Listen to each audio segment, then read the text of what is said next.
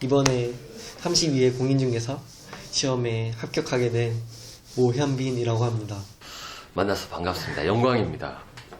아니 중졸 10대가 공인중개사 합격 진짜 믿겨지지가 않는데 이거 진짜예요? 네, 어쩌다 보니까 제가 이번에 합격하게 됐는데 10대 분들 중에 한 19명 정도 동차 합격한 걸로 알고 있습니다. 기분 진짜 좋겠어요.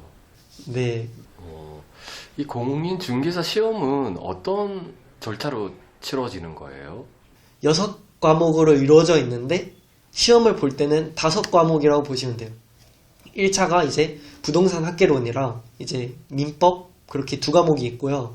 이제 2차 과목이 이제 공인중개사법, 그리고 공법, 그리고 공시법, 세법 이렇게 4과목이 있어요. 근데 2차 과목이 이제 중개사법, 공법은 각 한 과목으로 그렇게 보는데 공시법, 세법은 합쳐서 40문제가 나와요.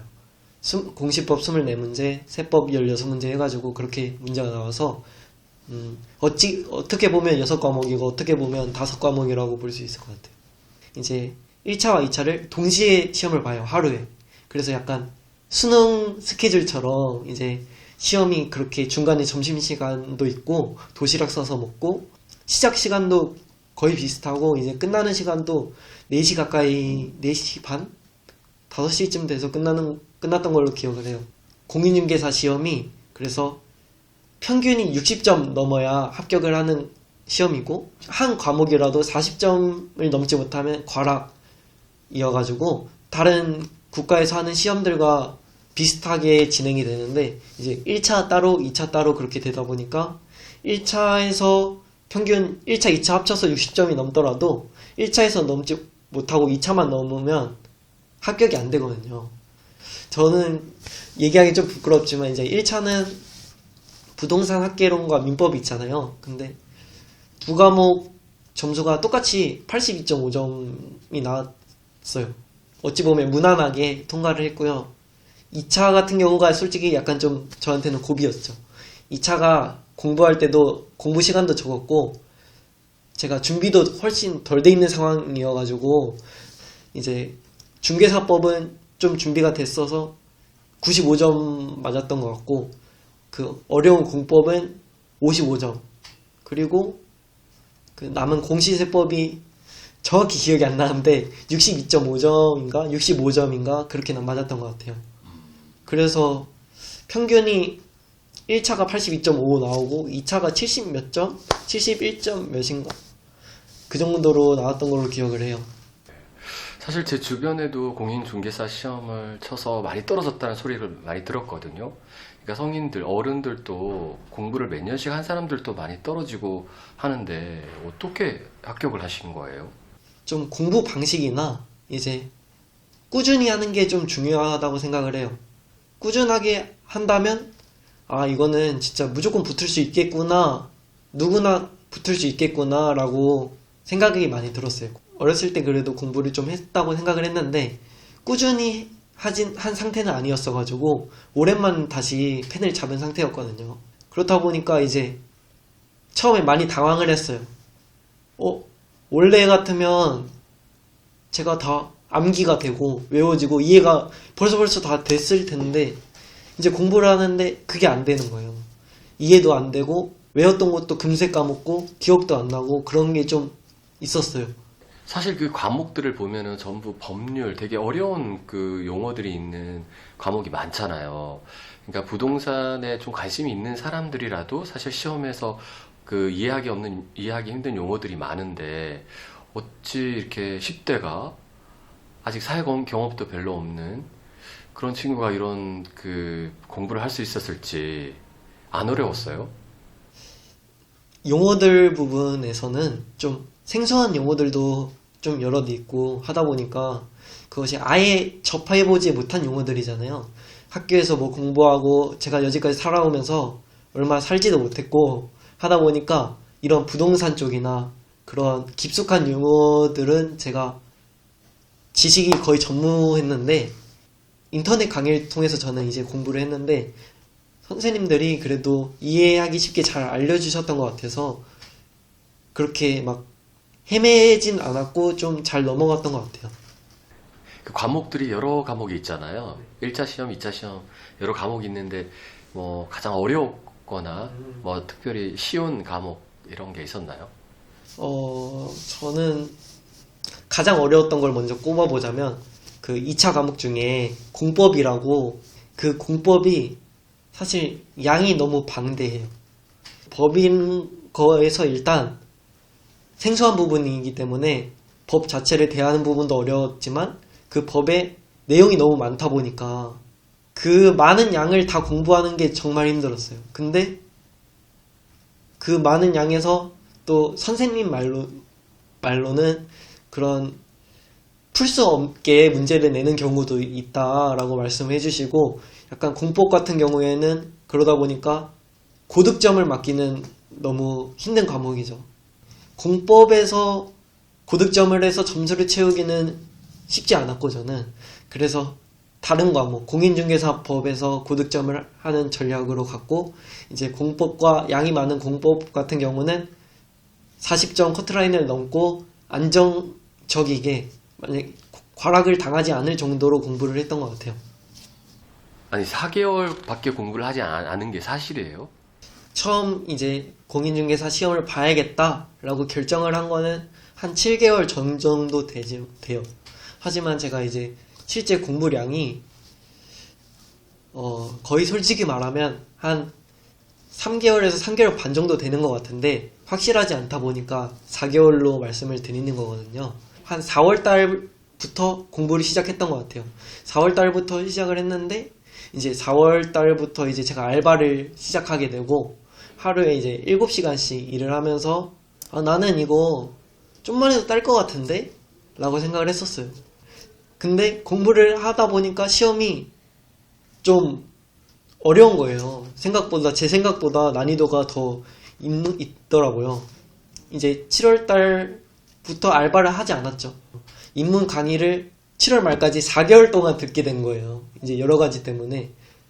그러니까 입문 강의인데 게다가 세법은 입문을 듣지도 못했어요. 솔직히 하루에 한 6시간씩만 한다 해도 한 달이면 할 수 있는 양이거든요. 한 달도 안 될 수 있는데, 근데 그것을 4개월 동안 하게 된 거예요. 4개월 동안 그렇게 되니까 처음에 들은 건 기억도 없고, 당연히. 이제 그렇게 공부했던 게 이제 문제를 풀 수도 없는 상태인 거예요, 제가. 근데 이제 그때부터 약간 전략을 바꿨죠. 솔직히 제가 아무런 준비 없이, 계획 없이, 대책 없이 공부를 했던 것 같아요. 저는 3달이 남았는데 입문 강의를 한 과목을 듣지도 못하고 5과목 들었는데, 옛날에 들었던 거다 보니까 기억도 잘 못하고, 그런 상황에서 3개월이 남은 거죠. 기본서, 핵심서, 문제집, 모의고사, 이걸 다 잡고 가고 싶은 거죠. 너무나 필요한 과정이기 때문에 제 몸 상태도 고려하지 않고 하루에 8시간씩 공부를 해야겠다, 그런 식으로 잡고 했을 때 어느 정도 플랜이 나온 거예요. 이 정도면 이거 다 할 수 있겠는데, 좀 무리해서 잡은 거죠. 제가 공부를 하면서 기본서를 한 반 정도,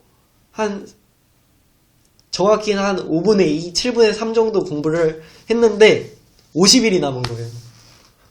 큰일 났다 싶은 거죠.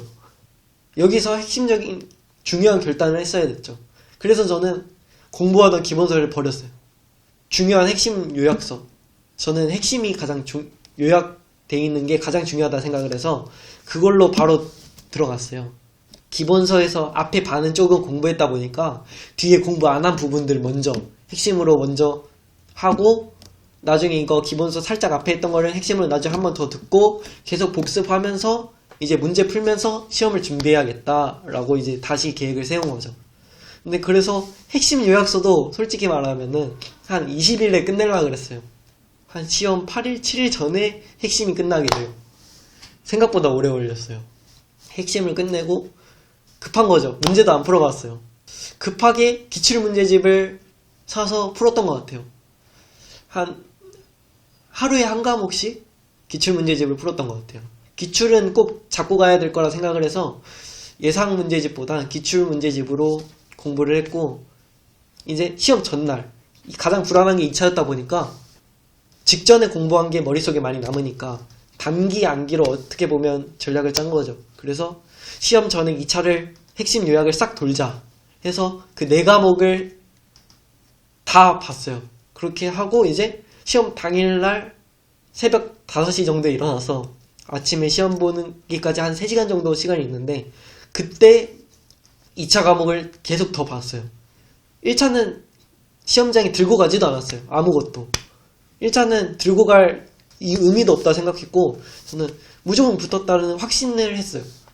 1차를 보고 20분이 남았을 때도 그때 2차를 계속 공부했던 거 머리에 암기에 남는 거 헷갈린 부분을 계속 시험지에 쓰면서 외웠어요.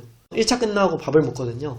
밥을 먹으면서 2차 또 공부하고 계속 그냥 불안했기 때문에 더 그렇게 매진을 해가지고 공부를 해서 2차를 봤는데 중개사법 공법을 보는데 점수는 공법이 그렇게 잘 안 나왔지만은 너무 쉬운 거예요. 쉽다기보다 너무 눈에 다 들어오는 거예요. 다 그냥 시간이 얼마 걸리지도 않았어요. 그게 80문제를 100분에 보는 거거든요. 근데 한 다 풀고 40분 정도가 남았던 것 같아요. 단 4개월 만에 연속으로 1, 2차를 동시에 합격한 거잖아요. 그런데 단순히 그냥 그렇게 공부를 해가지고 합격했다? 그러기에는 너무 얄미워. 근데 이제 되돌아보면은 본인의 전략이 어떤 게 통했다라는 느낌이 있을 것 같아요. 저는 가장 중요했던 거는 저에게 비춰봤을 때 이제 기본서를 과감하게 내치고 핵심 요약으로 들어간 게 가장 컸다고 보고요. 핵심 요약서를 계속해서 저는 공부를 하면서 복습을 했어요. 예를 들어서 한 강의를 4강의를 들었다 오늘. 그럼 다음 과목 4강의를 들으면서 전에 공부했던 거를 복습을 다시 해주고 6과목이다 보니까 하루에 한 과목씩 공부를 했거든요. 다음 주에 다시 그 과목을 공부할 때 또 다음 강의를 듣고 전에 들었던 강의를 계속 또 복습하는 거죠. 그렇게 하면서 계속 전 거는 계속 복습이 쌓이는 거예요. 복습하고 강의 듣고 또 다음에 돌아오면 전에 2개를 들었으니까 복습도 하고 복습하고 강의 듣고 하다 보면 이제 이거를 한 4번 정도 그렇게 돌았다 쳤을 때 처음 공부한 거 4번 공부한 게 되는 거예요. 그렇게 약간 피라미드 형식으로 그렇게 쌓이다 보니까 계속해서 반복하고 복습했던 부분에 대해서는 이제 습득력이나 이제 좀 익숙함이 많이 생기는 거죠. 그런 전략이나 그런 복습을 많이 하는 방법이 좀 단기에 합격할 수 있는 좋은 방법인 것 같아요.